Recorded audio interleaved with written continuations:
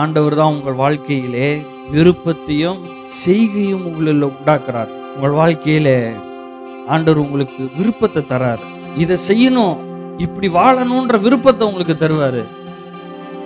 அதை கொடுத்துட்டு அதை செய்கிறதுக்கு தேவையான எல்லா ஆற்றலையும் பலனையும் உங்களுக்கு தருவார். விருப்பத்தை தருவாரு, அதை செய்கிறதுக்கு தேவையான எல்லாவற்றையும் உங்களுக்கு தருவார். இப்போ நான் இன்னைக்கு உங்களுக்கு சொல்றேன், உங்களுக்கு சொப்பனங்களை தரலாம், ஆசையை தரலாம், தரிசனங்களை தரலாம். எதிர்பாருங்க, அதெல்லாம் ஆண்டவர் ஆரம்பிப்பாரு. ஆரம்பிக்கிறவர் மாத்திரம் கிடையாது, அது உங்கள் வாழ்க்கையிலே முடிக்கிறதற்காகவும் எல்லாவற்றையும் செய்வார். அப்போ உங்கள் வாழ்க்கையிலே ஒரு வெளிப்பாடை பெற்றுக்கொள்ளுங்க. தேவன் நல்லவர் தான், என் வாழ்க்கையில நன்மை செய்கிறவர் தான், மோசமானவர் கிடையாது, நன்மை செய்கிறவர். நான் நன்மையை எதிர்பார்க்கிறேன். நான் நன்மையை எதிர்பார்க்கிறபடினால என் வாழ்க்கையிலே எல்லா ஆதாரமும், நன்மைக்கு ஆதாரம் தேவன் தான்.